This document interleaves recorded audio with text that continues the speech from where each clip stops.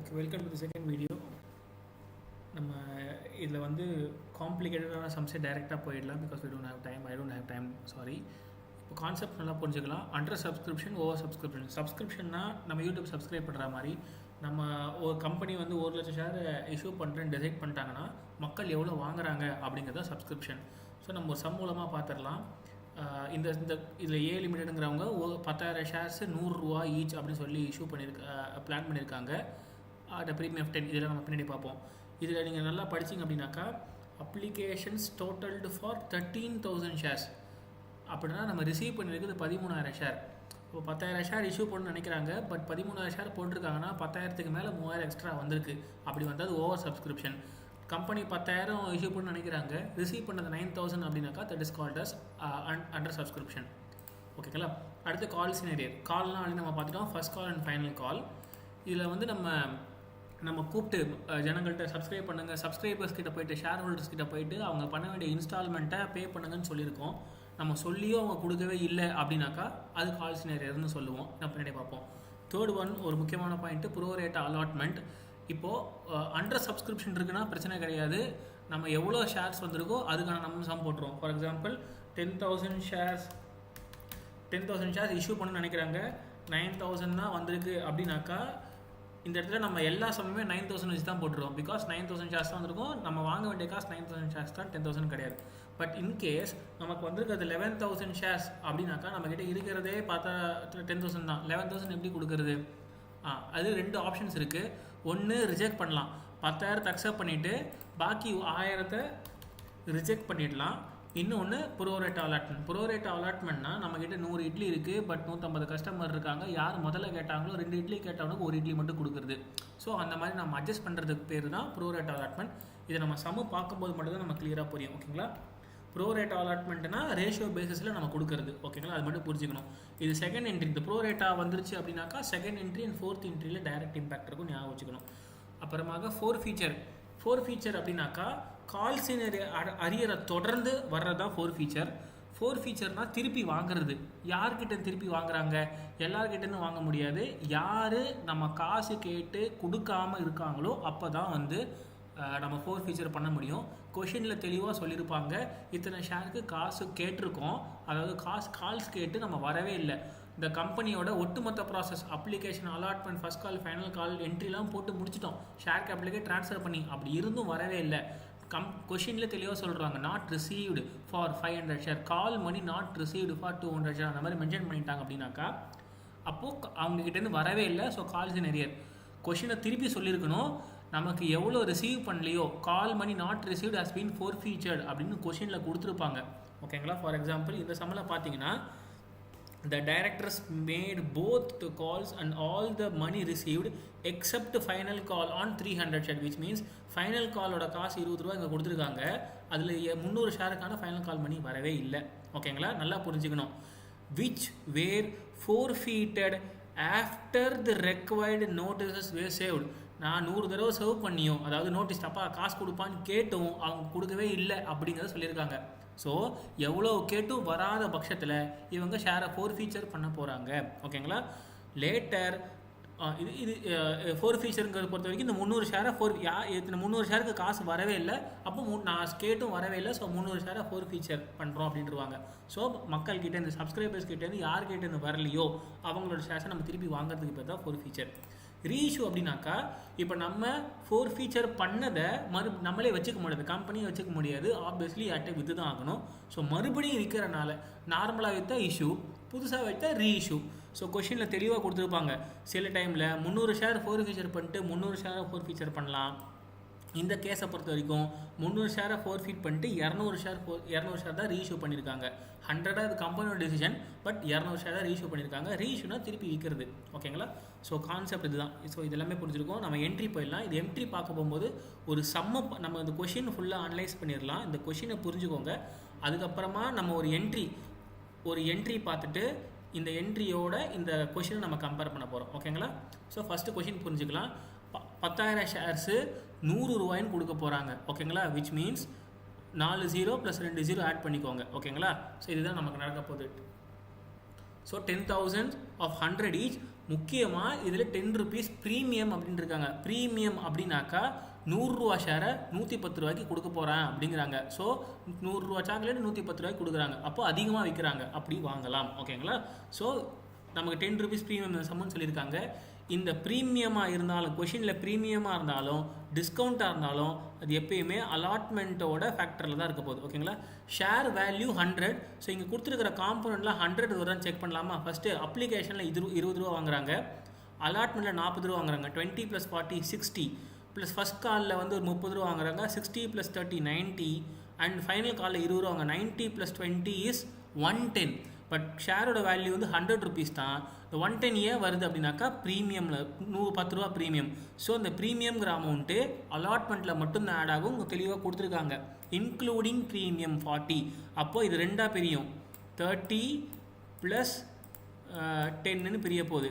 இந்த கொஷினில் including premium கொடுக்கலனாலுமே இந்த 10 ரூபாங்கிறது இந்த அலாட்மெண்ட் ப்ராசஸில் தான் நமக்கு நடக்க போகுது. ஓகேங்களா?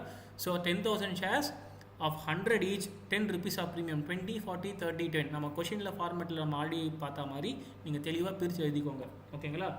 ஸோ இப்போ அடுத்த ப்ராசஸ், 13,000 ஷேர்ஸை இஷ்யூ பண்ணியிருக்கு, 13,000 ஷேர் ரிசீவ் பண்ணியிருக்காங்க. இதில் என்ன நம்ம பண்ண முடியும்? 13,000 ஷேர்ஸ்னால் ஓவர் சப்ஸ்கிரிப்ஷன். இப்போ என்ன பண்ண போகிறாங்க? கம்பெனி டிசைட் பண்ணும், ரிஜெக்ட் பண்ணவா இல்லை ப்ரோரேட்டா பண்ணவா. இப்போ இந்த கொஷின் என்ன கொடுத்துருக்காங்கன்னா, application for 2,000 shares rejected. So 10,000 shares டேரெக்டாக ஷேர் கேபிட்டலுக்கு போயிடுவாங்க. 2,000 ரிஜெக்ட் பண்ணுறாங்க. And allotment of shares made proportionately அப்படின்னு கொடுத்துருக்காங்க. விச் மீன்ஸ் 2,000 ரிஜெக்ட் பண்ணிட்டு 1,000 ஷேர்ஸை வந்து ப்ரோரேட்டா பேசிஸில் அலாட் பண்ணுறாங்க. சம பார்க்காம புரிஞ்சிடலாம். ஸோ இப்போ 13,000ங்கிறது 3 அமௌண்ட்டாக பிரிஞ்சிருக்கும். ஒன்று 10,000 கம்பெனி டிசைட் பண்ணதை கம்பெனி அதாவது ஒத்துக்கிறாங்க. 10,000 முடிவு பண்ணிட்டாங்க. 13,000 ஷேர் வந்திருக்கு. 13,000ல் 10,000 ஓகே, ஏன்னா ஆல்ரெடி நான் முடிவு பண்ணிட்டேன். பாக்கி இருக்கிற 3,000ல் 2 டிசிஷன் எடுக்கிறாங்க. 2,000 ரிஜெக்ட் பண்ணுறாங்க, 1000 நமக்கு ப்ரோரேட்டா பேஸில் ஒர்க் பண்ண போகிறாங்க. ஓகேங்களா? அண்ட் இந்த சம்மில் கால் சினரி இருக்குது. கொஷின் பார்த்த உடனே இந்த கொஷினில் ஃபஸ்ட்டு எடுத்த உடனே 2வது ப்ரீமியம் இருக்கா, டிஸ்கவுண்ட் இருக்கா, ஃபஸ்ட்டு செக்கு. 2வது ரிஜெக்ஷன் இருக்கா, 3rd செக் ப்ரோரேட்டா இருக்கா, 4th செக் 4 ஃபீச்சர் இருக்கா, 5th செக் ரீஇஷ்யூ இருக்கா. இந்த 5 செக் பண்ணிவிட்டு, இந்த 5 செக் பண்ணிட்டீங்கன்னா சம்பளம் என்னெல்லாம் வருது அப்படிங்கிறது தெரிஞ்சிடும். ஓகேங்களா? இப்போ ஃபஸ்ட்டு என்ட்ரி மூவ் பண்ணலாம்.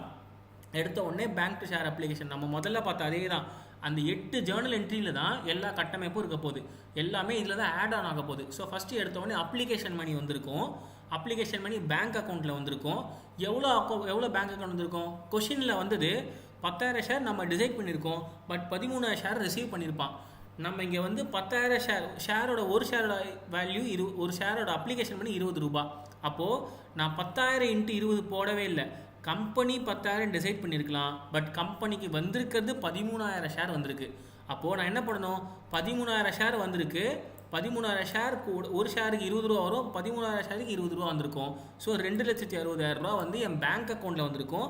இந்த பேங்க் அக்கௌண்ட்லேருந்து 2,60,000 எடுத்து அப்ளிகேஷன் அக்கௌண்ட்டுக்கு நான் போட்டுடுறேன். ஓகேங்களா? ஃபஸ்ட் என்ட்ரி ரொம்ப சிம்பிள். எவ்வளோ ரிசீவ் பண்ணியிருக்கோம் அப்ளிகேஷன் அது ரொம்ப தெளிவாக முக்கியம். அதில் தான் முதல் என்ட்ரி.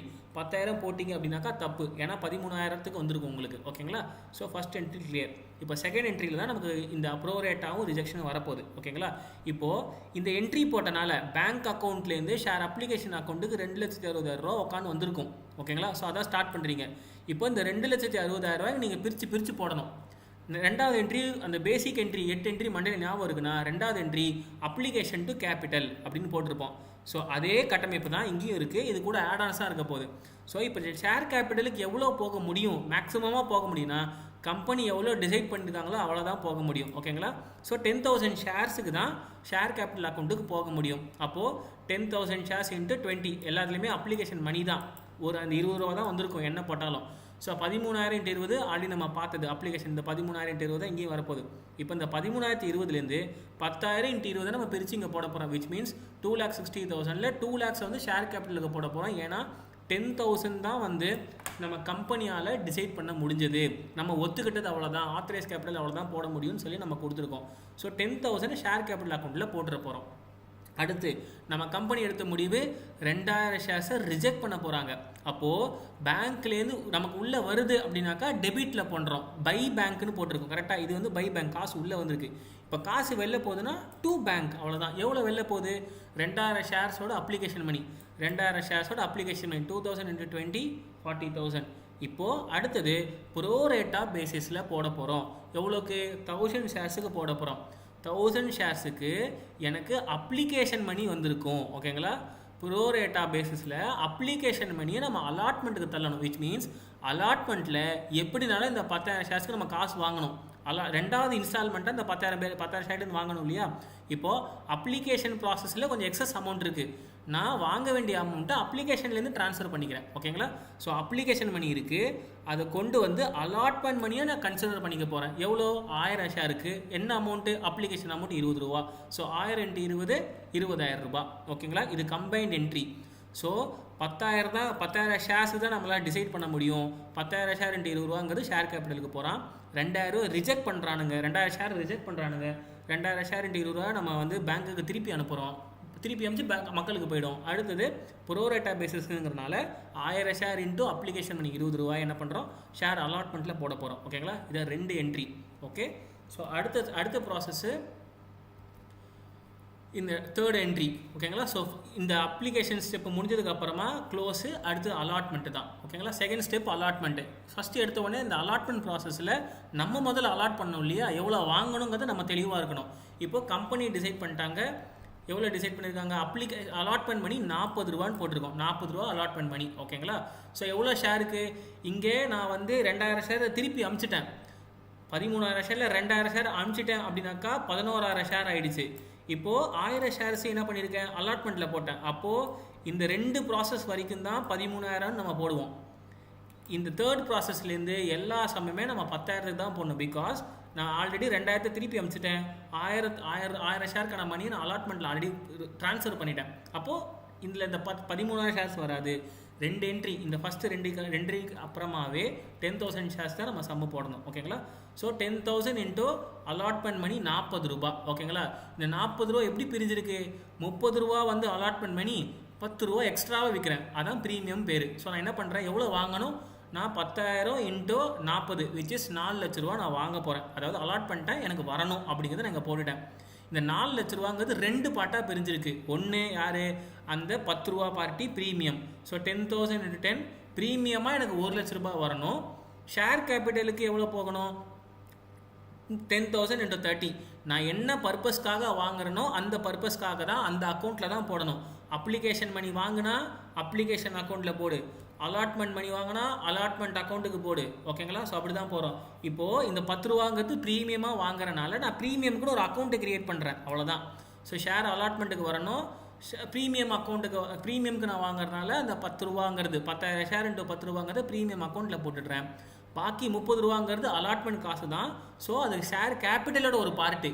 ஸோ நான் என்ன பண்ணுறேன்? ஷேர் கேபிட்டலுக்கு ட்ரான்ஸ்ஃபர் பண்ணிடுறேன். ஓகேங்களா? ஸோ தேர்ட் என்ட்ரி முடிஞ்சு போச்சு. ஃபோர்த் என்ட்ரி ஒரே ஒரு சின்ன கன்ஃபியூஷன் மட்டும்தான் இருக்கும். எனக்கு இந்த அலாட்மெண்ட் ப்ராசஸில் 10,000 into 40 ரூபா இன்க்ளூடிங் ப்ரீமியம் 4 லட்ச ரூபா எனக்கு வரணும். ஆனால் 3,80,000 தான் போட்டிருக்கேன். ஏன் அப்படின்னாக்கா ஆல்ரெடி அப்ளிகேஷன் ப்ராசஸ்லேருந்து வந்திருக்கிற 20,000 ரூபாயை அலாட்மெண்ட்டுக்கு நான் அனுப்பிச்சிட்டேன். அப்போது இந்த அலாட்மெண்ட் அக்கௌண்ட்டில் ஆல்ரெடி 20,000 ரூபா இருப்பான். ஸோ ஷேர் ஹோல்டர்ஸ் ஆல்ரெடி 20,000 கொடுத்துட்டாங்க. இப்போ இந்த அலாட்மெண்ட் ப்ராசஸில் இந்த 20,000 கொடுக்க மாட்டாங்க. அதான் இந்த 4 லட்ச ரூபா வரணும். 20 லட்ச ரூபா 20,000 ரூபா ஆல்ரெடி வந்துருச்சு. ஸோ 3,80,000 கான்செப்ட் புரிஞ்சிச்சா? ஸோ இங்கே ப்ரோரேட்டா அலாட்மெண்ட் இருக்குது அப்படின்னாக்கா உங்களுக்கு செகண்ட் என்ட்ரி அண்ட் ஃபோர்த் என்ட்ரியில் நமக்கு அட்ஜஸ்ட்மெண்ட் வரும். நல்லா தெளிவாக புரிஞ்சுக்கணும். ஓகேங்களா? ஸோ இதுக்கப்புறமா கொஞ்சம் சிம்பிளாக தான் இருப்பான். அடுத்த 4 என்ட்ரி. இப்போ அடுத்தது ஃபஸ்ட் காலில் ஏதாவது குழப்பம் இருக்கா? கொஷினில் எந்த குழப்பமும் கன்ஃபியூஷனும் கொடுக்கவே இல்லை. ஃபைனல் காலில் மட்டும்தான் கால் சினாரியர்னு கொடுத்துருக்கானுங்க. அப்போது ஃபிஃப்த் என்ட்ரிங்கிறது நமக்கு என்ன பண்ண போகிறோம்? Allotment entry. Okay, money due அப்படின்னு நம்ம போட்டுடுறோம். எவ்வளோ வரணும்? ஃபஸ்ட்டு கால் மணி எவ்வளோ ஃபஸ்ட்டு பார்த்துடலாமா? ஃபஸ்ட்டு கால் மணி 30 ரூபா போட்டிருக்காங்க. 10,000 ஷேர் இன்ட்டு 30 ரூபா நான் வாங்கணும்னு சொல்லி போடுறேன். First call account to share capital 3 லட்ச ரூபா. 10,000 into 30 3 லட்ச ரூபா வரணும்னு போட்டேன்.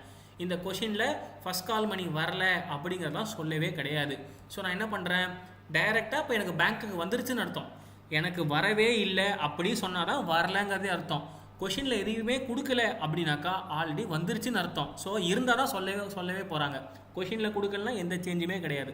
ஸோ ஃபஸ்ட் கால் ரிலேட்டடாக எந்த இன்ஃபர்மேஷனும் இல்லாதனால நான் அசியூம் பண்ணிக்கிறேன் 3 லட்ச ரூபா நான் கேட்டேன், 3 லட்ச ரூபாயும் கொடுத்துட்டானுங்க. ஸோ இந்த என்ட்ரி க்ளோஸ். நம்ம பேசிக் என்ட்ரி பார்த்தோமே அதே என்ட்ரி பையன் தான் இங்கேயும் இருக்க போகிறான். ஓகே, ஸோ அடுத்த ப்ராப்ளம் ஃபைனல் கால். ஸோ 3 ப்ராசஸ் முடிச்சாச்சு. லாஸ்ட்டு ப்ராசஸ் எவ்வளோ ரூபா வாங்குறானுங்க? ஃபைனல் காலில் 20 ரூபா வாங்க போகிறானுங்க. ஏதாவது கன்ஃபியூஷன் இருக்கா? எந்த கொஷினும் வாங்குறதுலாம் குழப்பமே கிடையாது. ஸோ அலாட்மெண்ட் பண்ணுறோம். நான் போய் கேட்குறேன், எப்பா எனக்கு ஃபைனல் கால் மணி 20 ரூபா, 10,000 ஷேர் ஹோல்டர்ஸ்கிட்ட கேட்குறேன், எப்பா 10,000 ஷேர்ஸ்க்கான ஃபைனல் கால் மணி கொடு அப்படின்னு கேட்குறேன். 20 ரூபா. ஸோ எனக்கு எவ்வளோ வரணும்? 10,000 ஷேர் இன்ட்டு 20 ரூபா, 2 லட்ச ரூபா எனக்கு வரணும். ஓகேங்களா? ஸோ இப்போ அடுத்த ப்ராசஸ்ஸு, இந்த இடத்துல ஒரு கன்ஃபியூஷன் இருக்குது. ஏன் அப்படின்னாக்கா இவர் எவ்வளோ மணி கொடுக்கவே இல்லை, 300 ஷேருக்கான காசு வரவே இல்லை, 300 ஷேருக்கான ஃபைனல் கால் மணி வரவே இல்லை. ஓகேங்களா? ஸோ இப்போ நான் என்ன இங்கே 10,000 - 300, 10,000 ஷேர்ஸ் எனக்கு வரணும், 300 ஷேருக்கு வரவே இல்லை, which is 9,700 shares into final call money 1,94,000. ஓகேங்களா? இது நீங்கள் எப்படி வேணால் போட்டுக்கலாம். ஸோ இது எப்படி போடலாம்? 300 ஷேர் இன்ட்டு 20 ரூபானா 6,000 ரூபா, 2 லட்சத்தில் 6,000 ரூபா வரலாம், 1,94,000 ரூபா. ஸோ 2 லட்சத்தில் 6,000 ரூபா வரல அப்படின்னாக்கா அதுவும் 1,94,000 தான். இங்கே 10,000 ஷேர்ஸ் - 300, 9,700 × 20 போட்டாலும் 1,94,000 தான். எப்படி போட்டாலும் அமௌண்ட் ஒன்று தான். ஏன்னா 2 லட்ச ரூபா வர இடத்துல 6,000 ரூபா வரல. அந்த 6,000 ரூபா ஷேராக நீ கணக்கு பண்ணாலும் சரி, இங்கே ஷேராக கணக்கு பண்ணாலும் சரி, இல்லை டோட்டல் அமௌண்ட்லேருந்து 6,000 சொல்லி அமௌண்ட்டாக போட்டாலும் சரி, இங்கே ஆன்சர் ஒன்று தான், 1,94,000. ஸோ கால் சினரியோ இருக்குது அப்படின்னாக்கா அதை நீங்கள் கரெக்டாக மைனஸ் பண்ணிவிட்டு போடணும். ஓகேங்களா? ஸோ இதோட பேசிக் 8 என்ட்ரியில் அடிஷன் மட்டும்தான் நம்ம பார்த்துருக்கோம். அடிஷனுங்கிறது என்னவா இருக்கும் அப்படின்னாக்கா நல்லா புரிஞ்சுக்கோங்க. இந்த இடத்துல இந்த ஃபஸ்ட்டு ரிஜெக்ஷன் இருக்குது, 2வது என்ட்ரியில் ரிஜெக்ஷன்.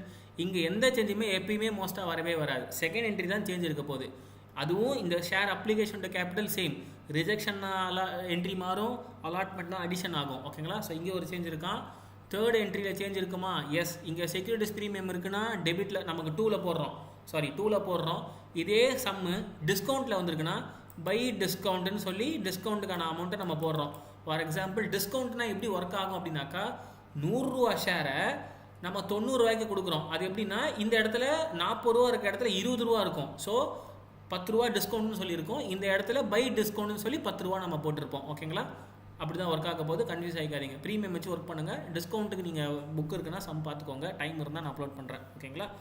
இப்போது இந்த இடத்துல தேர்ட் என்ட்ரியில் ப்ரீமியம் எப்படி நம்ம தனியாக போட்டோமோ அதே மாதிரி டிஸ்கவுண்ட் போடுவோம். அடுத்து இந்த பேங்க் டு அலாட்மெண்ட்டில் ஒரு அமௌண்ட்டில் மட்டும்தான் மாற்றம் இருக்கும். ஏன்னா ப்ரோரேட்டா பேசிஸில் இருக்குன்னா ஆல்ரெடி வாங்கியிருப்போம். இங்கே நான் அட்ஜஸ்ட் பண்ணணும். கால் சினேரியர் சம்மில் கால் சினேரியர் இருக்குது. ஃபஸ்ட் காலில் கால் சினேரியர் இருக்குன்னா இங்கே என்ட்ரி மாறும். இந்த இடத்துல திருப்பி ஃபைனல் காலில் கால் சினேரியர் இருக்குது, இங்கே என்ட்ரி மாறுது. எவ்வளோ காசு வரலையோ அதை மைனஸ் பண்ணிவிட்டு நம்ம போடணும். ஓகேங்களா? இப்போ 4 feature the most important.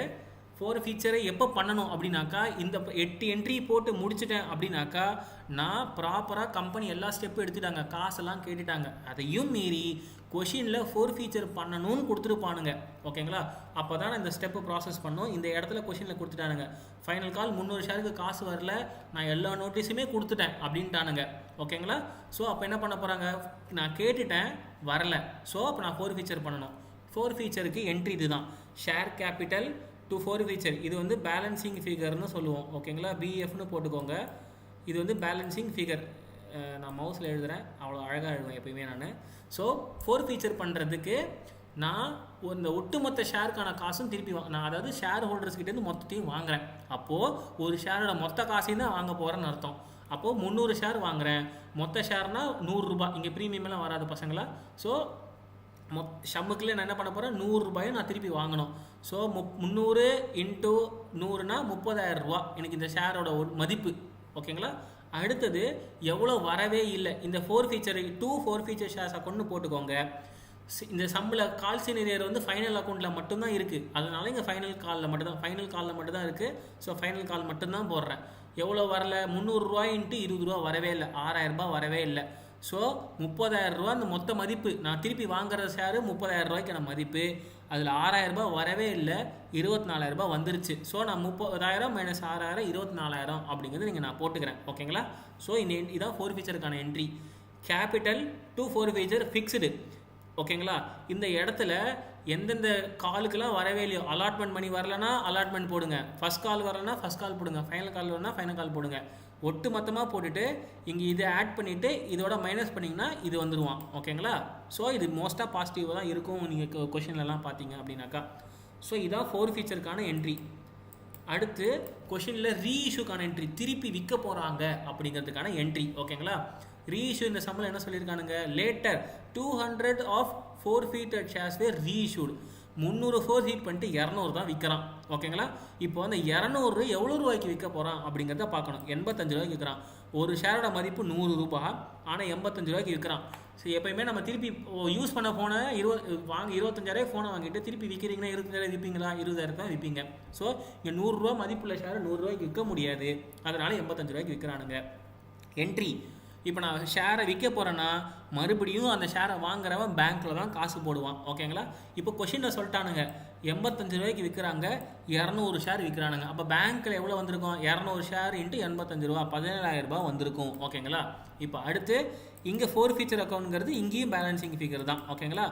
So பேங்க்கில் 17,000 ரூபாய் வந்திருக்கு, ஆனால் இந்த 200 ஷேரோட மதிப்பு 20,000 ரூபா. ஸோ ஏன்னா 200 ஷேரு, ஒரு ஷேரோட மதிப்பு ஆக்சுவல் மதிப்பு 100 ரூபா. அப்போது 200 × 100 20,000 ரூபா. எனக்கு 20,000 ரூபா வர வேண்டிய இடத்துல 17,000 ரூபா தான் வந்திருக்கு, 3,000 ரூபா நெட்டம். ஓகேங்களா? இங்கே பாருங்கள், இங்கே வந்து பாசிட்டிவாக இருக்கான், இங்கே நெகட்டிவாக இருக்கான். இது இந்த என்ட்ரி, இந்த 4 ஃபீச்சர் என்ட்ரி போடும்போதே இந்த அக்கௌண்ட்டில் 24,000 ரூபா போயிடும். ஓகேங்களா? இப்போ இந்த 24,000 ரூபாயிலேருந்து 3,000 ரூபா எடுத்து கொடுக்குறோம், அதுதான் அர்த்தம். ஓகேங்களா? இது நெகட்டிவ் ஃபேக்டர் இவன். ஓகேங்களா? இப்போ அடுத்தது இந்த சம்மை பார்த்தாலே இந்த 4 ஃபீச்சர் அண்ட் ரீஇஷ்யூ இந்த ப்ராசஸ் பண்ணுறதுனால 24,000 மைனஸ் 3,000 ரூபா எனக்கு வந்து லாபமாக தான் இருக்குது. ஏன்னா இந்த 300 ஷேருக்கான அலாட்மெண்ட் காசு வந்திருக்கும், அப்ளிகேஷன் காசு, அலாட்மெண்ட் காசு, அப்ளிகேஷன் காஸ்ட்டு, ஃபஸ்ட் கால்க்கான காசு வந்திருக்கும், ஃபைனல் கால்க்கான காசு தான் வரவே இல்லை. நான் எப்போ 4 ஃபீச்சர் பண்ணுறேன், எல்லா ப்ராசஸும் முடிச்சிட்டேன், 4 இஎம்ஐயும் முடிச்சிட்டேன், 4வது இஎம்ஐ காசு மட்டும்தான் வரல. அதனால் நான் அவங்ககிட்ட ஷேரை திருப்பி கொடுக்குறேன். விச் மீன்ஸ் அப்போ 3 இஎம்ஐ காசு நீங்கள் வாங்கியிருப்பில்ல, அப்போ உனக்கு அது லாபம் தானே. கரெக்டாக? ஸோ அதுதான் இங்கே அர்த்தம். ஓகேங்களா? ஸோ 24,000 ரூபாய் எனக்கு லாபம், இங்கே 3,000 ரூபா நட்டம். இப்போ நான் என்ன பண்ண போகிறேன், இந்த ப்ராஃபிட் இருக்குது, இந்த ஷேர், இந்த 4 ஃபீச்சர் இஷ்யூ பண்ணுறனால வர லாபத்தை என்ன பண்ணணும்னா புதுசாக ஒரு அக்கௌண்ட்டை க்ரியேட் பண்ணணும், கேபிட்டல் ரிசர்வ் அக்கௌண்ட்டு. ஓகேங்களா? ரிசர்வ்னா பதுக்கி வச்சுக்கிறது. நம்ம எப்போ எதுக்காக நம்ம மழை காலத்தில் நம்ம தண்ணி தேக்கி வச்சுக்கிறோம், எதுக்காக? சம்மர் வரும் தண்ணி இல்லைங்கிறதுக்காக. இப்போ கேபிட்டல் என்ன பண்ணுறோம், இதில் லாபம் வந்துருச்சு, கம்பெனி லாஸ் ஃபேஸ் பண்ணால் இந்த கேபிட்டல் ரிசர்வ்லேருந்து எடுத்து கொடுப்போம், அதுக்காக நான் சேர்த்து வச்சுக்கிறேன். எதை? இந்த ஷேர் மூலமாக, கேபிட்டல் மூலமாக. ஏன்னா இப்போ நீ ரைஸ் பண்ணுறது ஷேர் கேபிட்டல், ஷேர் மூலமாக. ஸோ நான் என்ன பண்ணுறேன், அந்த கேபிட்டல் மூலமாக வந்தனால கேபிட்டல் ரிசர்வ்னு ஒரு அக்கௌண்ட்டை க்ரியேட் பண்ணி லாபத்தை நான் மாற்றி விட்டுடுறேன். ஓகேங்களா? இப்போது எவ்வளோ ஷேரை விற்றனாலும் உனக்கு லாபம் வருது, 200 ஷேர் தான் விற்க போகிறேன், ரீஇஷ்யூ பண்ணுறேன். அப்போது 200 ஷேரில் வந்து அந்த லாபத்தை மட்டும்தான் எடுக்க முடியும் உங்களால். ஓகேங்களா? ஸோ இப்போது நான் என்ன பண்ணுறேன், 200 ஷேர் இன்ட்டு 80 ரூபா. ஓகே, மைனஸ் 15, லாஸு 15 ரூபா உனக்கு வந்துருச்சு. ஓகேங்களா? ஸோ 80 மைனஸ் 15 உங்களுக்கு எவ்வளோ வரப்போகுது, 65 ருபீஸ்னு வரும். ஓகே, ஸோ 200 ஷேரை நெட்டத்தெல்லாம் போய் நான் சொல்கிறது. ஓகேங்களா? நெட்டத்தெல்லாம் போய் சொல்கிறது 65 ருபீஸ் உங்களுக்கு வருது. So 200 × 65 is 13,000 rupees. So reissue பண்ணுறேன், அந்த பாக்கி 100 ஷேர் கவலைகள், 300 ஷேரை 4 ஃபீச்சர் பண்ணுறேன், 200 ஷேரை ரீஇஷ்யூ பண்ணுறதுனாலேயே உனக்கு 13,000 ரூபாய் லாபம் வருது. ஓகேங்களா? ஸோ இந்த பாக்கி இருக்கிற 100 ஷேர் என்ன பண்ணுறது அப்படின்னு நீங்கள் கேள்வி கேட்க வேணாம். கொஷினில் கொடுக்கவே இல்லை, கொஷினில் கொடுத்தது மட்டும்தான் பண்ணணும். ஸோ 200 ஷேர் மட்டும் தான் ரீஇஷ்யூ பண்ணுறாங்க, அப்போ அதுதான் உனக்கு லாபமாக வந்திருக்கும். அந்த 200 ஷேருக்கான லாபம் மட்டும்தான் வந்திருக்கும், அதை மட்டும் நீங்கள் ட்ரான்ஸ்ஃபர் பண்ணால் போதும். ஓகேங்களா? ஏதாவது டவுட் இருக்குது அப்படின்னாக்கா டெக்ஸ்ட் 80 எப்படி வரல, ஏன் 80 எப்படி வந்துச்சு அப்படின்னு கேட்டிங்கன்னா 300 × 80. இங்கே பாருங்கள், 4 ஃபீச்சர் பண்ண லாபம் எனக்கு 80 ரூபா, ஒரு ஷேருக்கு 80 ரூபா லாபம் வந்திருக்கு, நெட்டம் 15 ரூபா வந்திருக்கு. ஸோ லாபத்துலேருந்து நெட்டத்தை மைனஸ் பண்ணுறேன், 80 minus 15 65. Okay, hopefully I clear every doubts for you. Doubt இருக்குன்னா கமெண்ட்டில் போடுங்க.